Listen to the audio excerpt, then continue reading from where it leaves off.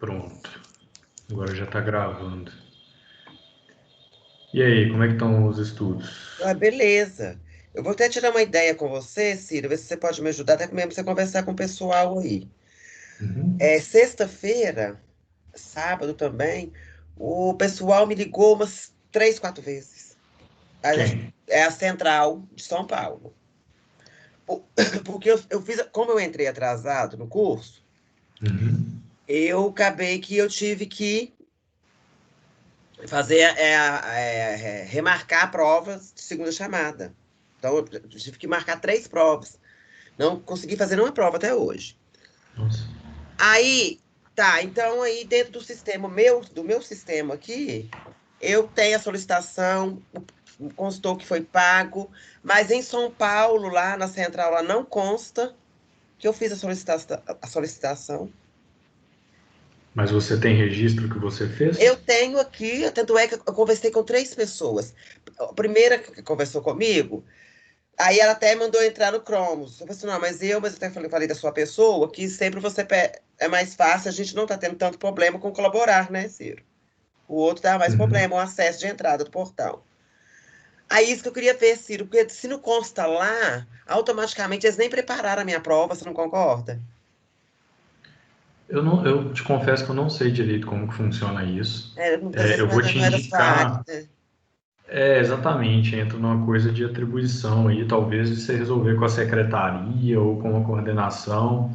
Eu vou te indicar você passar toda essa situação em algum meio de comunicação oficial que você tem concurso aí, seja com o Antônio, com alguma outra coordenação. Escreve tudo direitinho e fala: olha, eu entrei dia tal, tá faltando para fazer tal atividade, tal prova, fiz solicitação dia tal, se tiver algum número de registro, passa também, explica, sabe, todo o problema que você está tendo com essa solicitação, com essas provas, e encaminha até para você oficializar esse problema, sabe, e essa tentativa de solução sua, encaminha isso para algum meio oficial de comunicação que você tenha com o curso, com a faculdade, com a coordenação, mas eu vou tentar também dar um toque no Antônio aqui para ver se ele consegue dar alguma ajuda, mas não deixa de fazer esse tipo de registro em meio oficial de comunicação com a faculdade, não. É até bom para você ter isso registrado, caso realmente seja um problema deles para você, entende?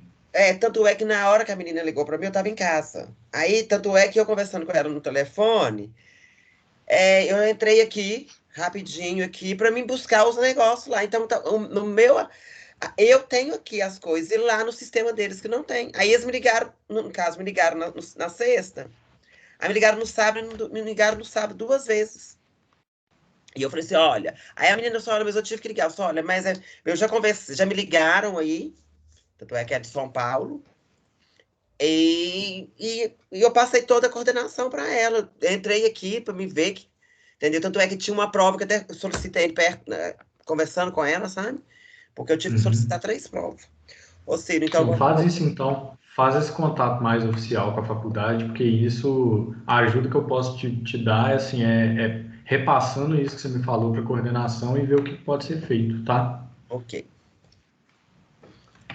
Mas e os estudos aí, como é que tá? Você está conseguindo ler as coisas do livro, acompanhar as aulas, tá tudo Uai, assim, certinho? eu até te pedi uma dica aí, o que que você acha que eu devo fazer? Porque eu tenho que fazer 3 provas.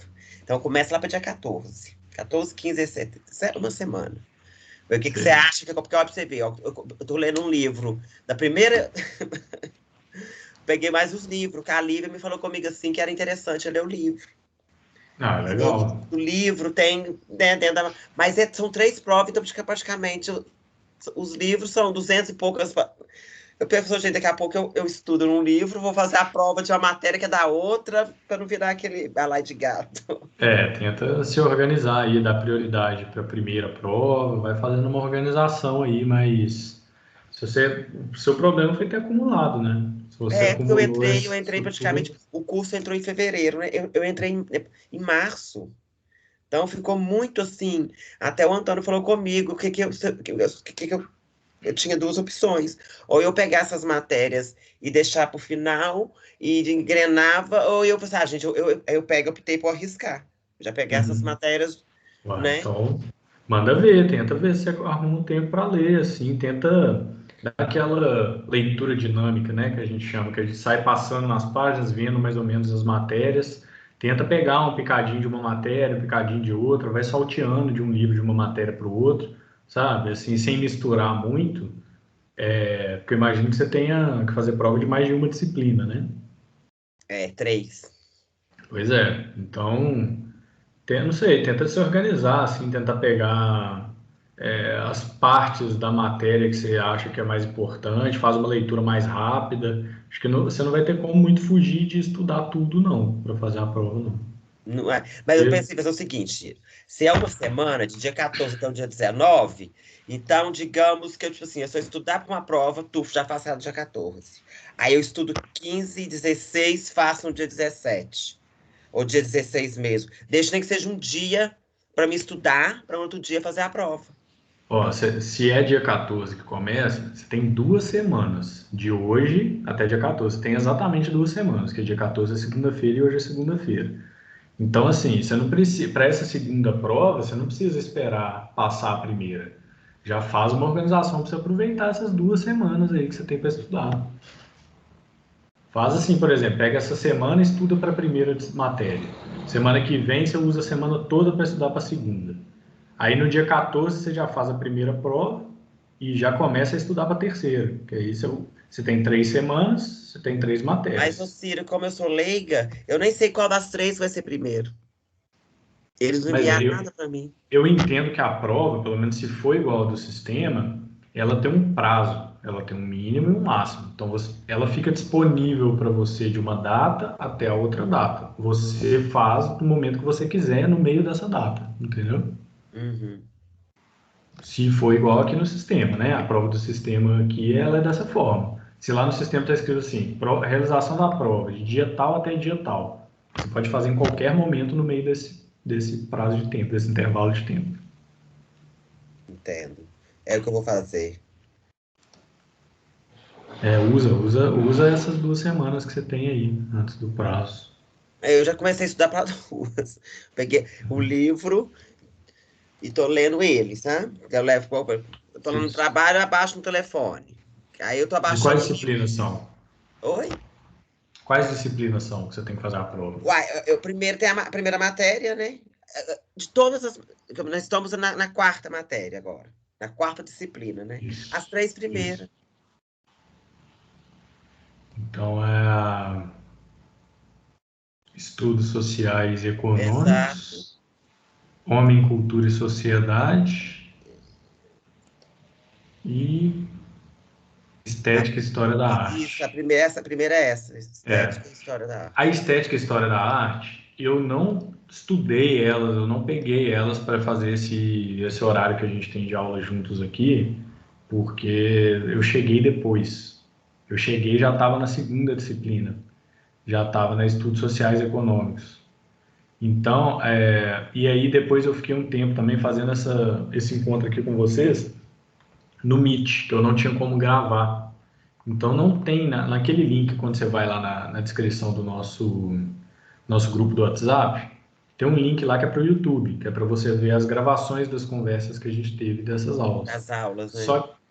Só que não teve nem da primeira, e eu acho que só o finalzinho da segunda, porque foi quando eu estava realmente fazendo aqui no Teams e gravando para poder disponibilizar para vocês. Da terceira matéria tem tudo lá. Então, assim, se você quiser ouvir, nem que seja para você pegar o gabarito das questões, assim, talvez valha a pena. Mas, né, gerencia seu tempo direitinho aí que vai dar certo. Ai, se Deus quiser.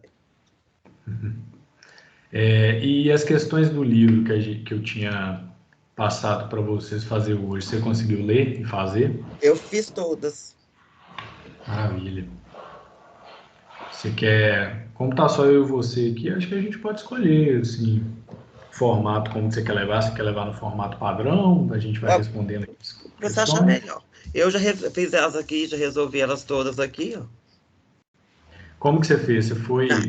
leio aqui, tipo assim, ó, calma, ecologia urbana, né? A letra um, a letra primeira. Aí é A, B ou C. Aí eu coloquei, aqui eu achei. No caso, a primeira eu achei que, mas no caso eu vou ter que ler lá. Eu tô abaixando aqui o livro. Ah, Pra ver tá. lá Mas assim, eu quis dizer mais assim, porque tem duas formas assim, de você fazer, né? Tem gente que lê, ou às vezes nem lê o livro, o que é bem errado, né? Porque você não está de fato estudando. E aí vai para a questão. Aí lê a primeira questão e fica tentando achar ela na matéria para ver a resposta. E aí vai e responde. Eu sempre falo que isso não é muito, não é o ideal a forma de se estudar, porque as questões ela tem uma função, né? Ela tem a finalidade de fazer um teste para você, para ver se você realmente absorveu a matéria. Então é interessante que você leia, compreenda tudo, entenda a matéria, e aí você fala, beleza, agora eu vou fazer as questões. E aí você faz as questões como se você estivesse fazendo Mas uma eu fiz prova. isso dentro desse patamar aí. Eu fui lendo, chegava na questão, aí respondia, Legal. Aí né? é bom. Aí Aí é pulava, bom. entendeu? É que nem antes da Uhum. aula. Agora eu liguei o computador, que era umas 5h30, mais ou menos. Aí eu terminei de ler o final, que eu não tinha lido o final mesmo também, não. Tinha parado Uhum. na página 185. Aí eu li o restinho, foi até a página 212. Então vamos passar aqui as questões do livro? Vamos. Você já está com acesso a ele aí? Tá, peraí que peraí. Tô abaixando aqui. Beleza. As Você, questões. você baixa ele todas as vezes? Toda Ó, segunda-feira? eu prefiro abaixar ele no Google. Porque se eu abaixar ele no telefone, dentro do portal, eu não consigo. Entendi. Aí o que É que eu porque se você faço? baixou uma vez, ele vai estar sempre aí no seu celular, né? Então, aí eu abaixo aqui no Google, já digito lá no Google, livro, igual aqui, né? Coloquei aqui, livro, Ecologia Urbana, eu vi a capa dele lá, aí tufo, já fui lá. Não, se você está Mas a gente vai chegando direto no nas questões, ou resultado filho? certo, tá bom.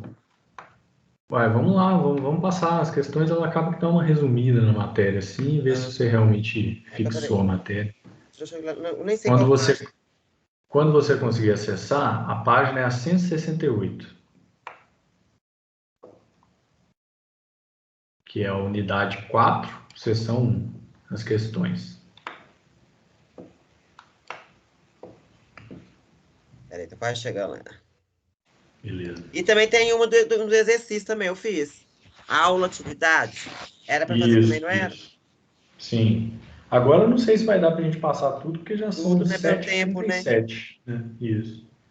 Mas vamos Cento e tentar. sessenta Vamos e lá. quanto? 168. Achei. Vamos lá, então. Então vamos lá, vamos tentar fazer rapidinho para ver se a gente consegue passar em todas. Paulo, vou ler a questão aqui e a gente vai fazendo esse bate-volta, tá? Ok. O desenvolvimento dessa nova área teve início no último século e foi muito relevante no contexto da ecologia. A chamada ecologia urbana tem seu marco histórico junto com os trabalhos dos sociólogos americanos e europeus que participaram da.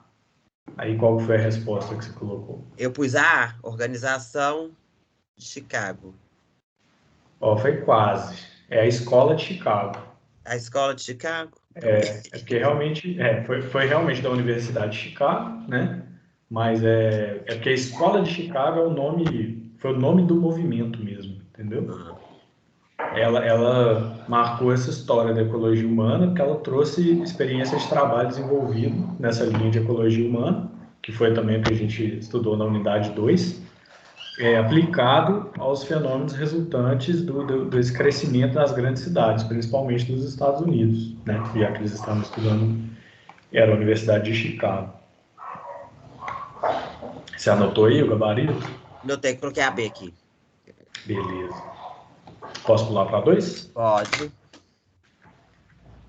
Como vimos, as sementes do pensamento da ecologia urbana já foram plantadas há muito tempo e a crise ambiental severa que se iniciou nas últimas décadas acelerou o processo da necessidade de incorporação desses pensamentos sustentáveis no nosso dia a dia. Qual o objetivo dessa área, né, da ecologia urbana? Qual que você colocou como resposta para essa número Eu pus a 2? letra E. Compreender o comportamento do homem no meio ambiente urbano em relação às dinâmicas naturais. O gabarito é a letra A. É compreender o comportamento do ambiente urbano Ah, em em relação às relação à dinâmicas dinâmica naturais. natural. Isso. Então, assim, a ecologia urbana ela trata exatamente disso. Você está falando de urbano, ambiente urbanizado, e qual que é a relação das dinâmicas desse ambiente urbanizado com as dinâmicas naturais. Entendi. É uma busca por equilíbrio, entende? Uhum. Em relação às dinâmicas naturais. Entendi. Ficou. Se tiver dúvida, pode falar, tá? Pode interromper, falar, a gente vai discutindo. Que aí eu vou passando a questão rapidinho, mas aí se você quiser tirar alguma dúvida, pode falar. Beleza, né? Entendi aqui até. Ah, porque dá para confundir a uma com a outra, você viu aí, né? Só poucas palavras de diferença, né? É, assim, ó, a E, ela fala que é para compreender o comportamento do Dentro do homem homem. no ambiente urbano em relação às dinâmicas naturais, que é ter uma nuance diferente, né, de você compreender o comportamento do homem e o comportamento do ambiente Gente, urbano, de forma geral, né? São duas entidades diferentes, são dois atores diferentes, né, nisso tudo. beleza. Beleza. Posso pular aqui para 3? Pode. Não existe uma proposta definida para o estudo da área de ecologia urbana. São muitas as possibilidades e elas variam de acordo com cada autor escolhido, como Park, 1916, como ele interpretou as possibilidades frente à ecologia urbana. Então, assim, tá te falando aí que a ecologia urbana ela não tem uma proposta, uma coisa prática bem definida. Ela, né, ela é um emaranhado de teorias, né, de teóricos que foram acontecendo. Então, cada autor que você pegar, de cada tempo, de cada linha de pensamento, você vai ter uma proposta aplicada de forma diferente para o mesmo conceito. E aí ele está te perguntando do Park, né, que é o Robert Park, aí, que foi um autor aí de 1916, como que ele interpretou essas possibilidades frente à ecologia urbana? Qual foi a alternativa que você Eu fui marcou? na D. A cidade é a casa natural da sociedade civilizada. E os principais fatores para a organização ecológica da cidade são as coisas que promovem mobilidade e concentração de populações urbanas. Isso aí, letra D. Então, o Robert Park, ele é um dentre os muitos que já fizeram essas interpretações, né? Ele considerou a cidade como uma casa natural e alguns outros fatores que são importantes para essa organização ecológica das cidades. Ele coloca até mobilidade, são as coisas que promovem mobilidade e concentração de população urbana. Então, é quase aquela coisa do ponto concentrado urbanizado e do que liga esses pontos, né? Que é a parte de mobilidade. Isso tudo tem muito impacto, né, na ecologia urbana. Ficou alguma dúvida? Não, não. Agora eu já vou pular para a próxima, né? Isso, sessão 4.2. 2. Isso. Sessão 2, a página 178. Vamos pular aí 10 páginas.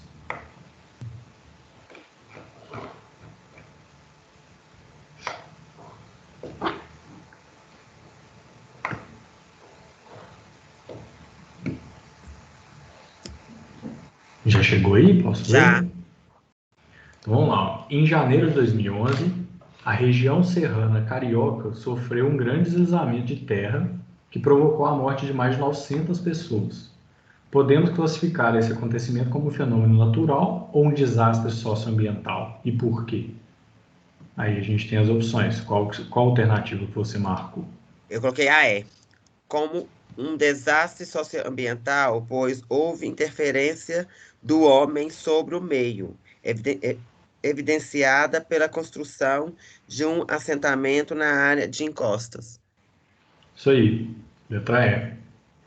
Porque, diferente do fenômeno natural, esse desastre ele, né, teve a ver com a intervenção do ser humano ali no meio, né? Foi uma falta de planejamento urbano, né? Que a gente até viu em outras unidades aí. Essa ficou bem visível, né? Não tem nem como, né? Ficou bem claro aqui, pelas alternativas também, É, né? Legal, legal. Vamos para 2. vamos. As ilhas de calor podem provocar um aumento de até 5 graus Celsius na temperatura das cidades. Quais são suas principais causas? Quais são as causas das ilhas de calor? Qual que você marcou? Eu fui na D. Aumento da poluição atmosférica. Isso aí. Essa aí também tá naquelas ali que ficou, se você ler as opções, ficou mais claro, né? Uhum. Porque todas as opções aí eu acho que são coisas positivas, né? Aumento das áreas permeáveis seria uma coisa positiva. Baixa densidade demográfica, dependendo do ponto de vista, uma coisa positiva. Aumento das áreas arborizadas e diminuição das áreas pavimentadas. Então são todas coisas positivas, menos a D, que é o aumento da poluição Poluição atmosférica. atmosférica. Isso.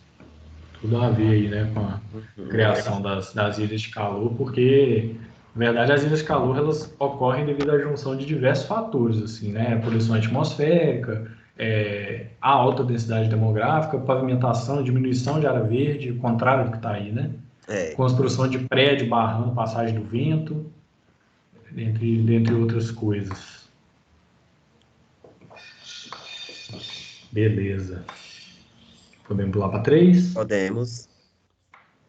No livro Urbanismo Sustentável, Desenho Urbano com a Natureza, de 2013, é empregado o termo urbanismo sustentável, que busca unir o conceito de crescimento inteligente e construções sustentáveis.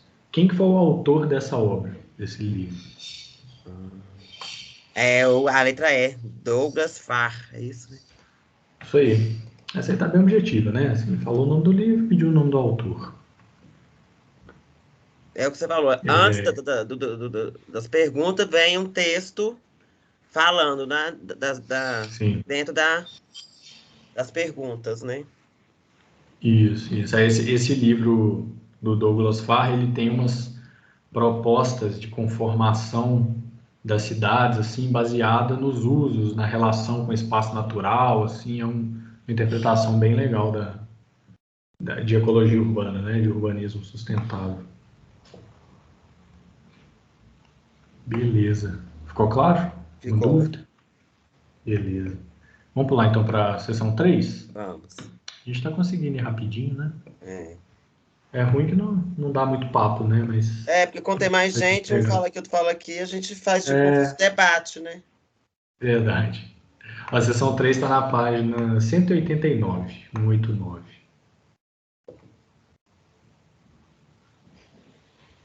Na hora que você chegar, você me fala. Peraí. Eu passei dela.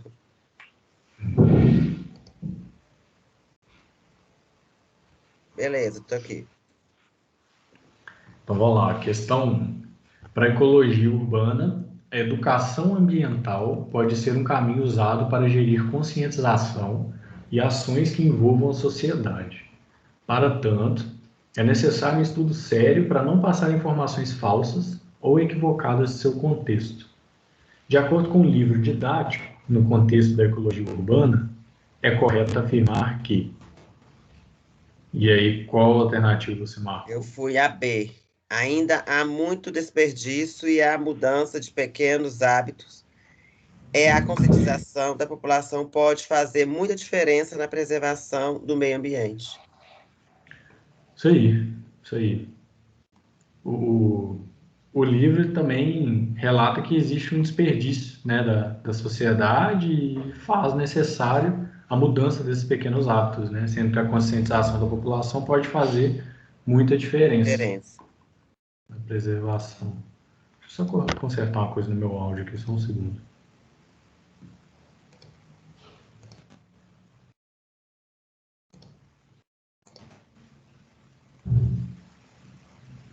Pronto, você me ouve bem? Tô beleza. Tô te ouvindo, sim. Beleza, beleza. Vamos lá para 2, então? Vamos. Embora a Constituição de 1988 tenha concedido aos municípios competência legal para o controle e gestão ambiental, existe um fator que torna essa incorporação desigual entre as regiões e cidades brasileiras. Qual é esse fator? Eu pus a C. As diferenças locais da cidade? Isso aí, letra C. O território brasileiro é muito grande, né? Então a gente já sabe, né? É uma brasilidade quase, né? Cada local como se fosse um país diferente, né? Aqui. Então, é muito desigual, né? Se implantar que os municípios vão ter essa competência legal, sendo que uma cidade não é igual a outra, né? Pensa na diferença de uma cidade, por exemplo, igual Curitiba, que é uma capital com bastante investimento. Aí você pega uma cidade lá, Brasileia, lá no Pará, que está preocupada com, né, outros problemas muito mais básicos, assim. E aí você joga no município essa competência, consequentemente essa responsabilidade também. Então é claro que vai ter essa desigualdade, o que, que um município consegue fazer e o que, que o outro consegue fazer.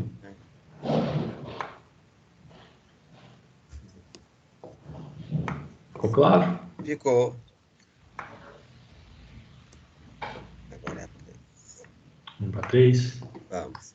Vários encontros mundiais foram realizados nas últimas décadas para discutir e conciliar acordos em relação ao meio ambiente.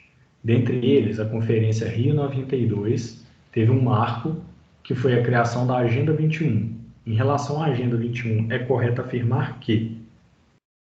E aí a gente tem as opções. Qual foi que você marcou? A minha foi a D.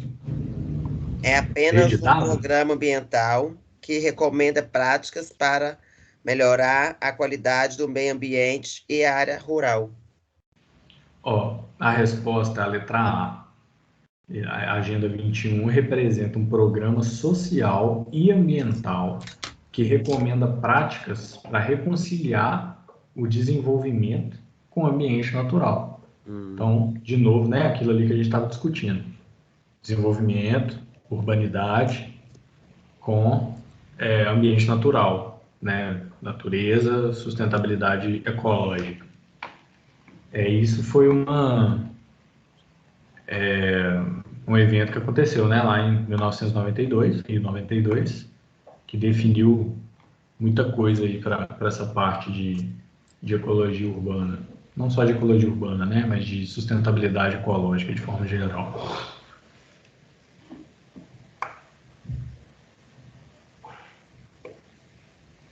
Ficou claro, Júnior? Ficou. Acabei de ler ela aqui também para me ter uma noção. Legal.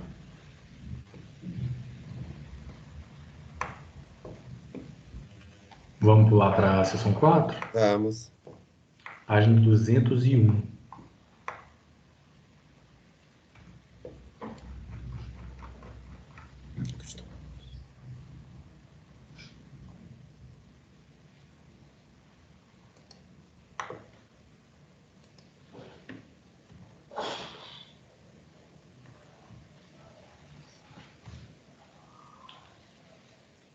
Eu cheguei aqui já. Tá bom, deixa eu só corrigir uma coisa aqui. Ah, tá.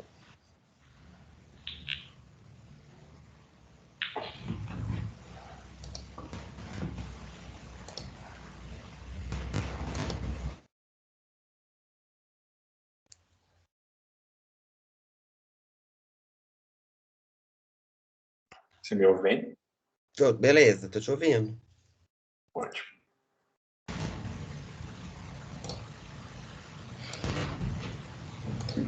Vamos lá então. Número 1. A Constituição de 1988 foi a primeira a tratar da cidade e do planejamento urbano.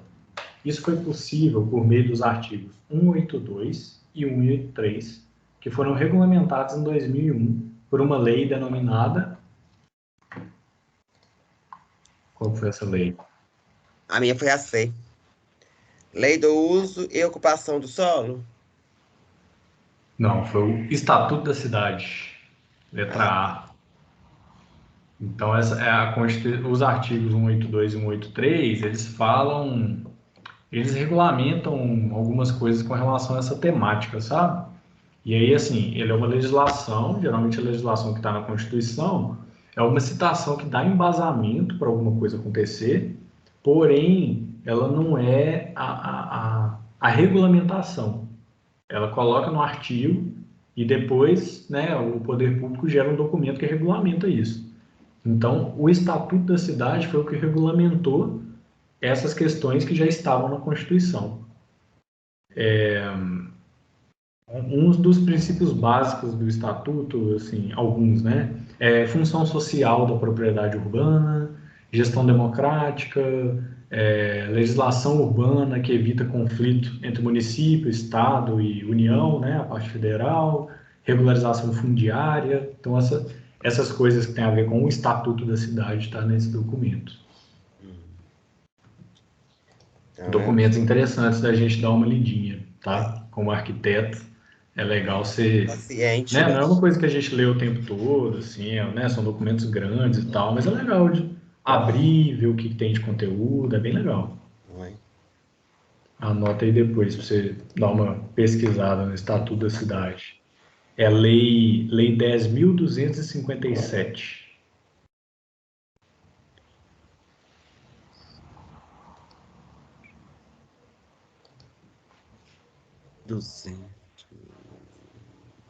Lei 10.257, de 2001. Beleza. Maravilha. Agora na aula atividade, Ciro? Não, a gente ainda tem mais duas Tem mais questões. duas. Achei que crescendo a Né? terceira. Vamos pular para dois? Aí, eu falei dela agora. Ó. A Lei 10.257, de 2001, denominada Estatuto da Cidade, é constituída por uma série de princípios. Um deles é a função social da cidade e da propriedade urbana. Como que ele é aplicado? E aí a gente tem as alternativas. Qual foi a que você colocou? A minha foi a A. Os donos de terrenos vazios, imóveis abandonados ou subutilizados, localizados em áreas ricas em infraestrutura, que visam a especulação imobiliária e devem ser penalizados através do pagamento do IPTU progressivo. Isso aí mesmo. Não é? Essa aí é correta. Isso. É dentro de uma teoria, assim, Ciro, pelo jeito que quer falar aqui. Porque eu acho que eu não sei se foi o vídeo que eu vi da professora, ou se foi no que eu li.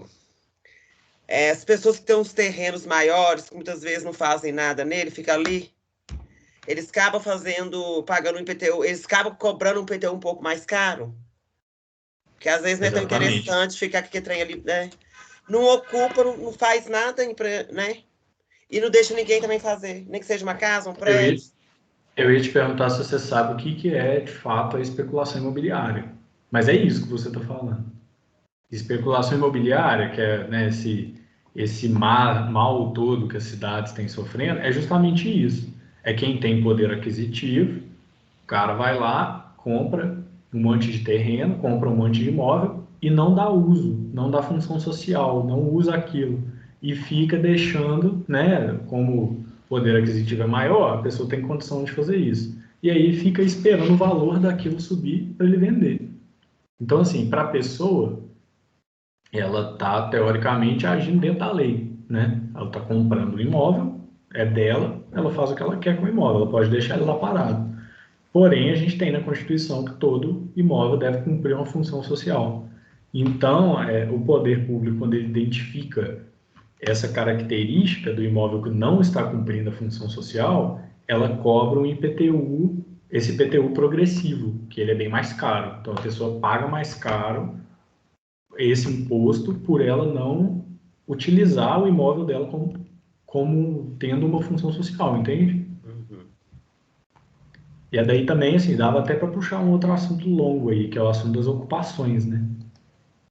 Das ocupações rurais e urbanas, assim, tem muito a ver com isso, assim. Às vezes o próprio poder público, o próprio estado, o próprio município ou o governo federal, eles têm imóveis e têm terrenos que não cumprem a função social, eles são abandonados, são terrenos lote vagos que ninguém constrói nada, e aí começa a ocorrer a ocupação. A ocupação é o quê? É a sociedade civil tentando aplicar o direito dela de vários direitos, às vezes, na verdade, né? Vamos supor, uma ocupação de moradia é a sociedade civil tentando cumprir o direito dela de moradia, que é um direito básico, né, dos direitos humanos, e de dar uma função social para os imóveis, para o terreno, para as edificações. Então, essa aí é uma pauta bem delicada, né, porque ela envolve posicionamento político, envolve várias outras questões de qual parte da lei que a gente cumpre, questões de, né, até de desigualdade social, mas são assuntos que estão interligados aí, especulação imobiliária, ocupações. Bacana. Então, Legal. essa é a mesmo, não é? É a mesmo, tá Zonas correto. é, Vamos pular para 3. vamos. O plano diretor, ele funciona como instrumento básico da política de desenvolvimento e expansão urbana. De quantos em quantos anos ele deve ser revisto? Aí eu marquei a letra C, de 10 em 10 anos. A cada 10 Isso anos. aí. Isso aí, a cada 10 anos.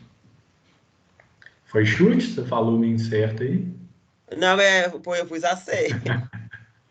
Tá certinho, é isso aí. Você tem noção, assim, do que é um plano diretor? Do que é esse documento? O Ah, que ele não. define?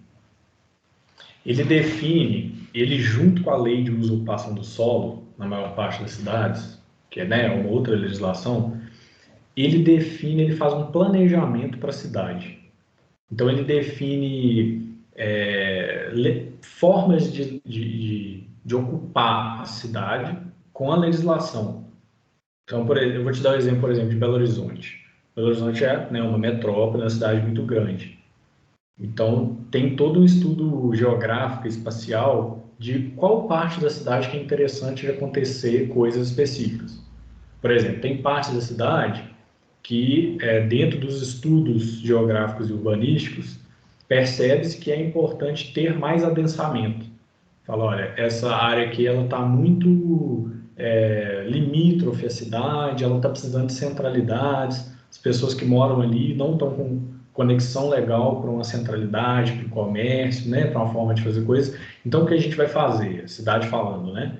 Vamos incentivar as pessoas a adensar esse lugar. Adensar é o quê? É mais gente no mesmo lugar. Então, vamos incentivá-los a construir prédios mais verticalizados. E aí, na legislação, na lei de usurpação do solo e no plano diretor, a legislação vai definir, olha, o zoneamento daquele bairro ali é zona, é ZA, é zona de adensamento. E aí, na hora que você for construir, a legislação vai te falar, não, você pode construir até 15 pavimentos nesse lugar. 15 pavimentos porque é para verticalizar, é para adensar o lugar. E aí, eu estou te dando um exemplo muito pequeno de como funciona a legislação. Aí, vamos supor, pega a região central, centro da cidade. Ele já é um lugar adensado por si só, tanto pela característica de uso do centro da cidade, quanto pelo fato que o centro da cidade é o lugar mais antigo. Então, ele já está verticalizado, ele já está muito ocupado, ele já está muito denso. Então, o que, que a construção fala? O que, que a lei para a construção ela vai falar? Ela vai falar, opa, deixa eu segurar a construção nesse lugar. Porque eu não quero que as pessoas construam mais, vão morar nesse lugar, eu quero que as pessoas vão trabalhar nesse lugar. Então, começa-se a moldar como que a cidade vai crescer com a legislação, entendeu?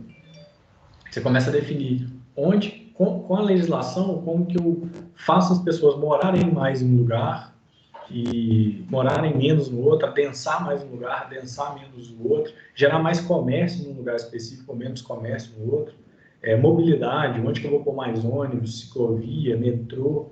Então, tudo isso está compilado em Gato no estudos plano diretor. e isso no plano diretor. E algumas cidades diluem muito isso entre a lei de uso e ocupação do solo e o plano diretor, porque o plano diretor ele vai fazer planejamentos um pouco mais globais sobre o desenvolvimento sustentável da cidade, e a lei de uso e ocupação do solo pega nas minúcias de como que o parcelamento e o solo vai ser utilizado nesse detalhamento da legislação para você construir, entende? Eu sei que é meio abstrato eu falando assim, o conceito é esse, mas você só entenderia mesmo se você pegasse um plano diretor para ler. Eu vou te mostrar o plano diretor de Belo Horizonte depois para você dar uma olhada, só para você ver. Na hora que a gente estiver na aula atividade, eu vou te mostrar. E aí a resposta da questão é a cada 10 anos, e só anotei para Casa você a cada colocar. 10 anos que muda, coloca alguma coisa assim, digamos, novas regras ou novas leis.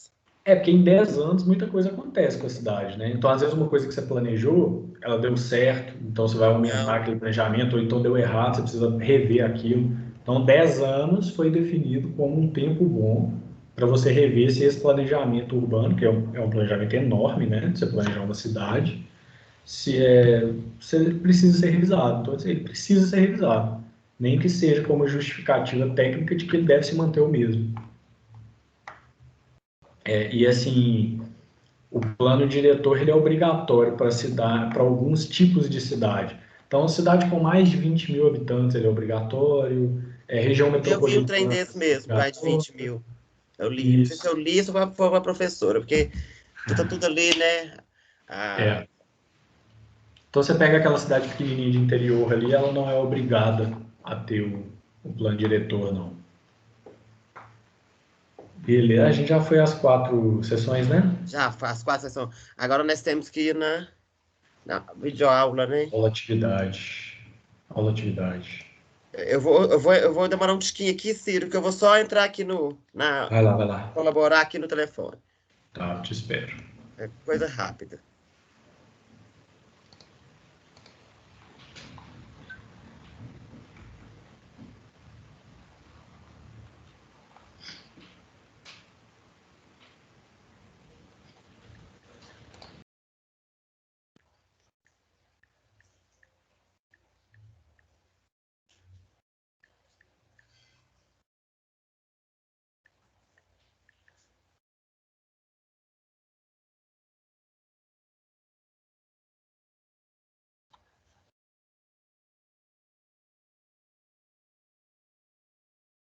Eu não sei se é minha internet.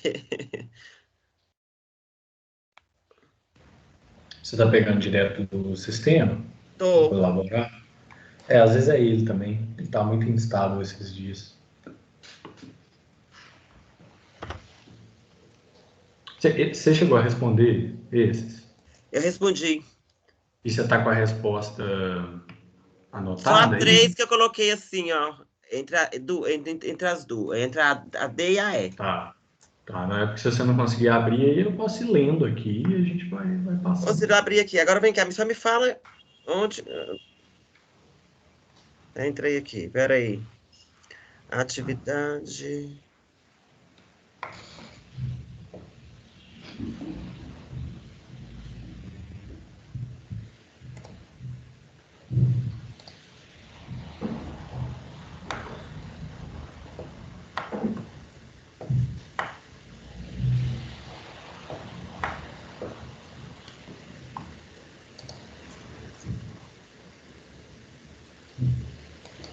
Aí, Ciro, pode ir lendo aí. Não sei se eu acho aqui.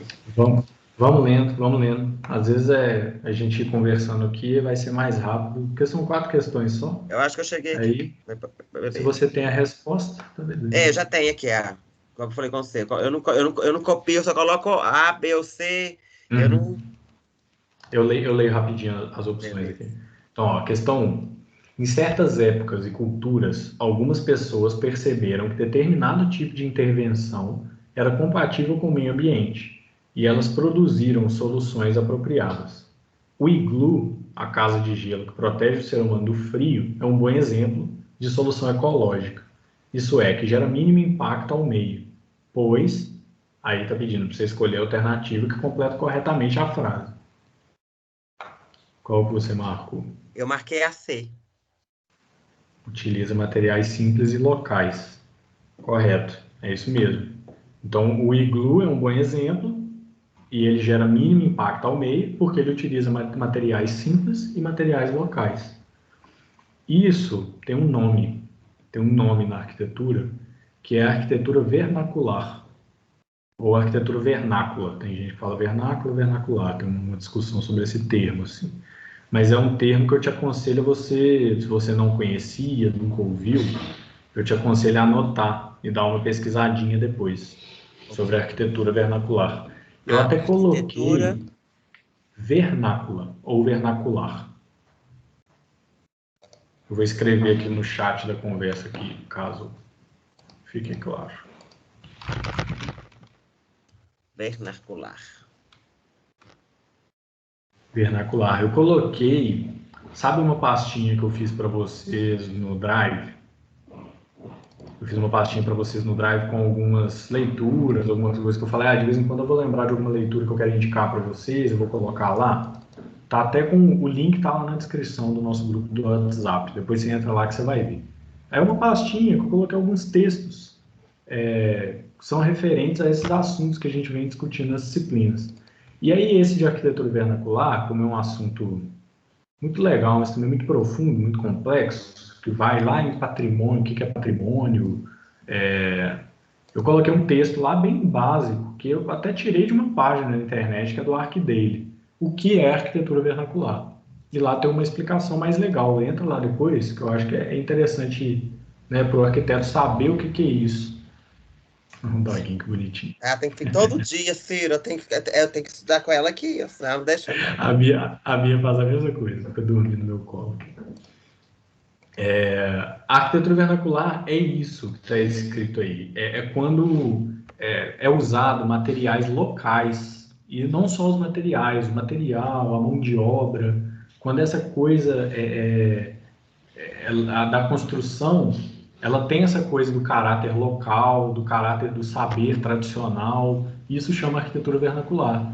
Então, por exemplo, aqui em Minas Gerais, muitas cidades de interior, muitos lugares ainda se constrói com tijolo de barro, tijolo de adobe. E aí o que o cara faz? Ele precisa construir, ele, né, tem toda uma forma dele fazer isso, mas a grosso modo, ele vai no barro, ele pega o barro que tem no quintal dele, em algum lugar perto da casa dele, ele produz os tijolos com o saber que às vezes ele aprendeu com o pai, aprendeu com o avô, e ele consegue construir com aquilo ali. Do mesmo jeito é o iglu. Às vezes uma pessoa que mora, né, num lugar que tem muita neve, que tem muita nevasca, ela vai construir aquilo ali de um jeito que ela aprendeu, às vezes, né, com os antepassados, com os familiares, o saber tradicional, e ela vai construir com o material que tem ali, sem transporte, sem logística, é o que tem na mão para ela construir. Isso é, assim, a grosso modo, isso é arquitetura vernacular. É um assunto bem interessante, tá? Para você pesquisar depois. Ok.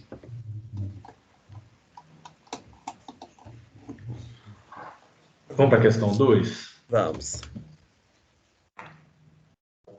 Segundo o Siebert, 2012, um dos maiores erros da nossa espécie foi acreditar que o meio natural poderia e deveria ser submetido às necessidades humanas e do capital, e que a natureza assimilaria indefinidamente os resíduos da nossa civilização, modo de produção e consumo. Hoje, a humanidade colhe as consequências desse imaginário, dentre as quais ilhas de calor. Em relação às ilhas de calor, 1. Podem provocar aumento nas temperaturas das cidades de até 5 graus. 2. Ocorre geralmente próximo a áreas verdes. 3. Decorre da junção de fatores como a poluição atmosférica, alta densidade demográfica, impermeabilização do solo, redução de áreas verdes, barreira dos ventos pelos edifícios altos. Quais das afirmativas acima são verdadeiras? Assinale a correta. Qual que você marcou nessa? Eu marquei a B, a 1 e a 3. Isso aí. Então, as ilhas de calor, elas podem provocar um aumento até 5 graus Celsius. Isso é bastante. Parece que não, mas é muito. Na temperatura das cidades, esse fenômeno ocorre devido à junção de diversos fatores, como esses fatores que a gente até tinha discutido, né, na outra questão. Acabou que deu uma repetidinha aí. Inclusive, o 3, ele provoca o 2, né? Então, os fatores de poluição atmosférica provocam 1, né? O 3 provoca 1. Então, todas essas coisas que estão no 3, redução de área verde, poluição atmosférica, eles que provocam esse aumento na temperatura das cidades de até 5 graus. Beleza.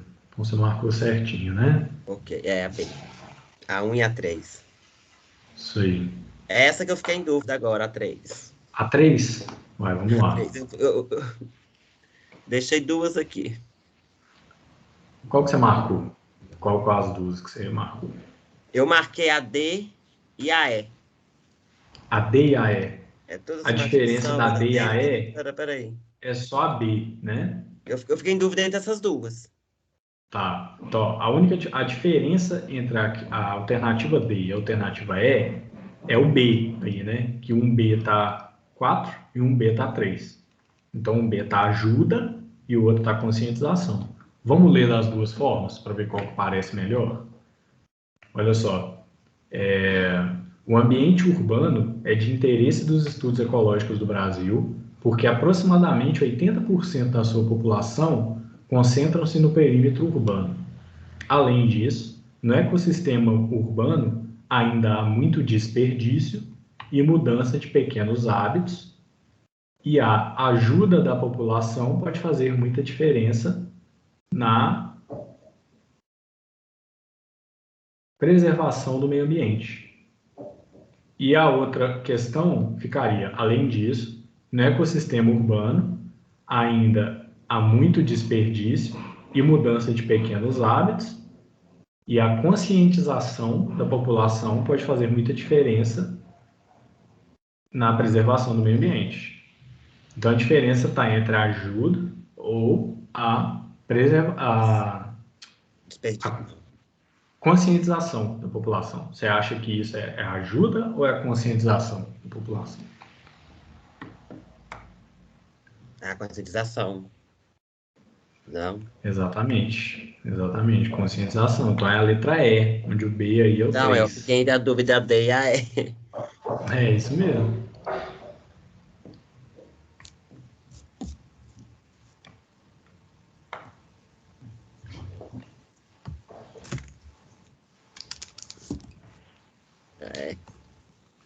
Prontinho, sim. Então vamos para a questão 4? Vem o plano diretor de novo. O plano diretor está aí. O plano diretor é um documento obrigatório em cidades com mais de 20 mil habitantes, aí ó, foi aí que você viu provavelmente, com mais de 20 mil habitantes ou integrantes de regiões metropolitanas e aglomerações, áreas de interesse turístico e área de influência de empreendimento de grande impacto, devendo ser revisto a cada 10 anos. Em que consiste um plano diretor? Assinale a alternativa correta. Então é A, instrumento básico de política de desenvolvimento e expansão urbana que visa o desenvolvimento sustentável das cidades. B, legislação da cidade que determina os tipos de energia que devem ser usados para reduzir os impactos ambientais. C, instrumento político usado para determinar o valor imobiliário dos terrenos urbanos. D, legislação da cidade que orienta sobre os tipos de construção que são mais adequados para o desenvolvimento sustentável. Ou E, documento que relaciona os ecossistemas naturais e as maneiras de melhor utilizá-los para o desenvolvimento sustentável das cidades. Eu fui na E. E aí? Você foi na E? Fui na E. Documento que relaciona os ecossistemas naturais e as maneiras de melhor utilizá-lo para o desenvolvimento sustentável das cidades.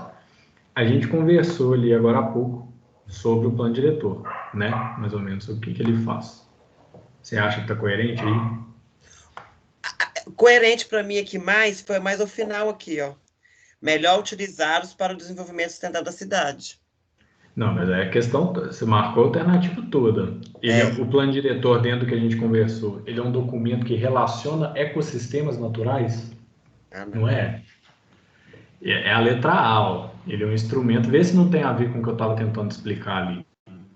Ele é um instrumento básico de política de desenvolvimento e expansão urbana, que visa o desenvolvimento sustentável das cidades. Não foi o que eu estava te explicando? Que com a legislação de construção... Só esse pedacinho que você falou, que a expansão urbana, acho que já fecha. Pelo que dentro que nós conversou. Exatamente. Então ele vai usar, ele é um instrumento político que vai usar a legislação para guiar, para desenvolver essa cidade da melhor forma possível. Certo? Certo. Deixa eu te mostrar uma coisa aqui.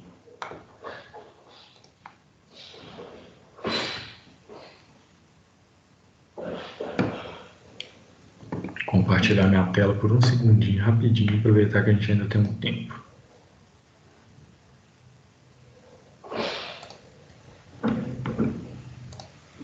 Aqui, janela. Você está vendo a minha tela? Tô. Eu estou no site aqui, ó, da Prefeitura de Belo Horizonte. Ah, tá. Betim, você mora em Betim? Eu? É. Não, eu sou de Brumadinho. Ah, você é de Brumadinho. Ah, mas Brumadinho também é região metropolitana de Belo Horizonte, né? Então, assim, o plano diretor de Belo Horizonte influencia diretamente a região aí onde você mora também. Aqui eu estou no site da Prefeitura de Belo Horizonte, tá vendo? Uhum. E em 2019, né, pouco tempo atrás, considerando política urbana, 2 anos é muito pouco, o plano diretor de Belo Horizonte foi revisado. Foi feito todo um novo plano diretor, né, baseado no que a equipe que fez definiu que era ideal para o próximo planejamento da cidade. E aí o que eles fizeram? Eles fizeram o que eles chamaram de e-book. Isso aqui, ó, e-book do novo plano diretor. Então, aqui tem, por exemplo, ó, conceitos. Quando você entra em conceitos, tem ó, introdução.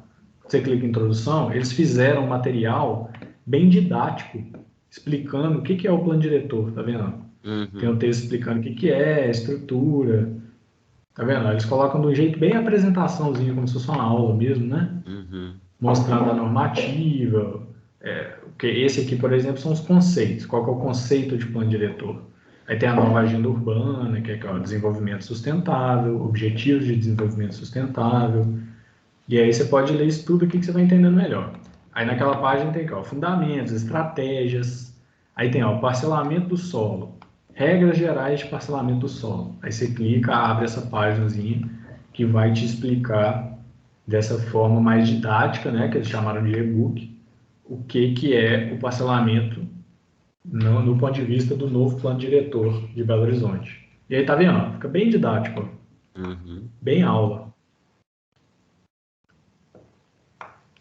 Interessantíssimo também de entender, de compreender o plano diretor. O que é o plano diretor? Como que ele foi feito em Belo Horizonte? Por quê? Por que cada região foi interpretada de uma forma específica? O que eles estão planejando para a mobilidade urbana, para transporte?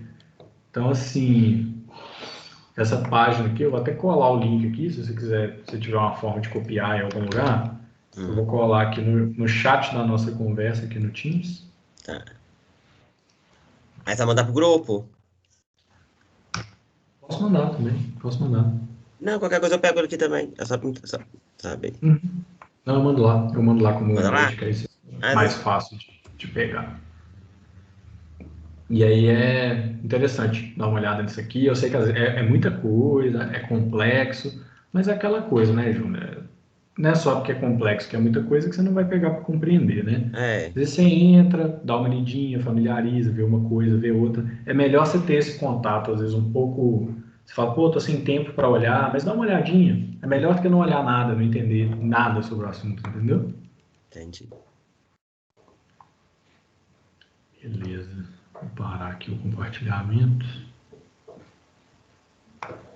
Vou mandar até agora aqui no grupo, tá vendo?